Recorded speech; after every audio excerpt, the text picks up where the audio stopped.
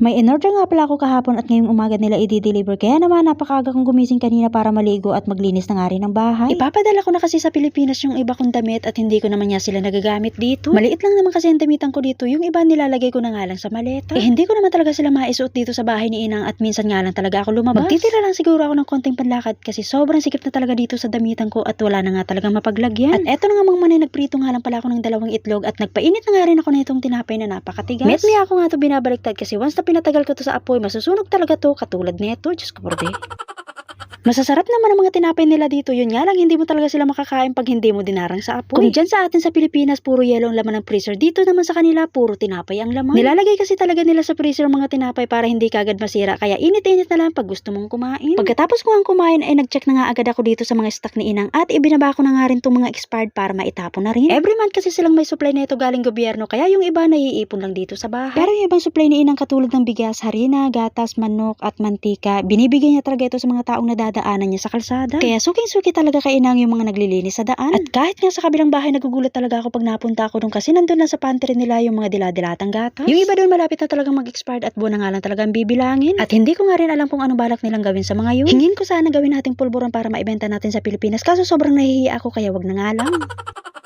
Saglit na nga lahat matatapos na nga rin ako dito sa kusina nang bigla kong maalala yung inuutos sa akin kagabi ni Bunso. Kuhanin ko nga daw yung bolang na stock dun sa ibabaw ng cabinet niya at hindi nga raw niya ito maabot-abot. Abay kahit ako hindi ko yun abot kaya eto kumuha na ako ng hagdanan.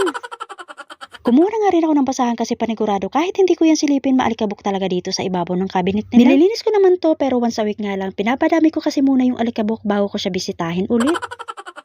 Sa pagbubuhat pa nga lang netong hagdanan, luging-lugi na ako kung araw-araw ko pa siyang lilinisin. Diyos ko por day. Isa pang rason bakit hindi ako araw-araw naglilinis sa mga aparador nila kasi takot talaga akong gumamit ng hagdanan. Kaya dobling ingat na nga lang talaga tayo mga manay paggagamit tayo nito. At make sure lang na wala mga alaga natin pag tayo aakyat sa mga ganito. At baka mamaya hindi mo na malayan sumunod ang mga yan sa'yo. Diyos ko por day.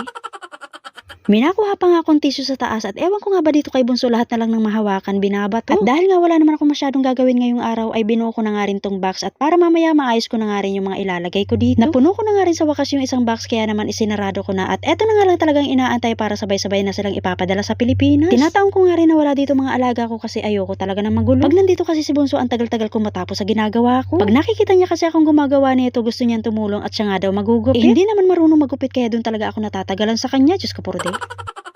Hindi na naman siguro nakapagbayad ng kuryente si Inang kaya dumilim ang paligid. At hinawi ko na nga muna yung kurtina para makapasok naman yung liwanag sa labas at sobrang napakadilim talaga dito tuwing brown out. Ganito talaga lagi ang nangyayari tuwing tag-ulan. Lahat kasi ng wiring dito pinapadaan sa underground kaya naman apektado talaga tuwing may baha. Nagpapatay sindi na nga yung ilaw kaya naman nagready na ako ng kandila dun sa kusina. Diyos ko po. Hindi na naman niya gaga ng elevator at panigurado ako pagdating ng mga alaga ko maghahabulan na naman yun pagdating dito sa hagdanan. Okay lang naman maghabulan sila pataas, wag lang pababa at baka mamaya pati ako mayari ako kay Inang. Diyos ko po.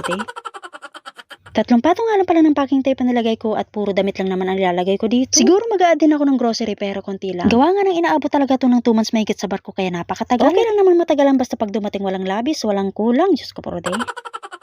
At dito ko nga pala to itatambay sa kusina habang pinupuno ko pa siya. Ayoko kasing ilagay dun sa kwarto ng mga bata at baka mamaya hindi ko pa napapadala sa Pilipinas, gutay-gutay. Mahilig pa naman sila maglaro ng hide and seek kaya panigurado gagawin nila tong taguan. Nilabas ko na nga rin itong mga maleta at nandito nga yung mga ilalagay nating damit. Yung ibang mga damit pambata na iayos ko na nga rin dun sa kabilang box at eto na nga lang yung natira. Kaya congrats po agad dun sa mga deserving na mapagbibigyan natin ng mga damit. Hindi ko na nga rin pala tututupiin isa-isa basta ilalatag ko na lang sila na maayos dun sa box para hindi sila mag-away-away. O siya mga manay, hanggang dito na lang muna at nagugutom na ako. Salamat po lagi sa panonood niyo. See you po sa next video. Bye!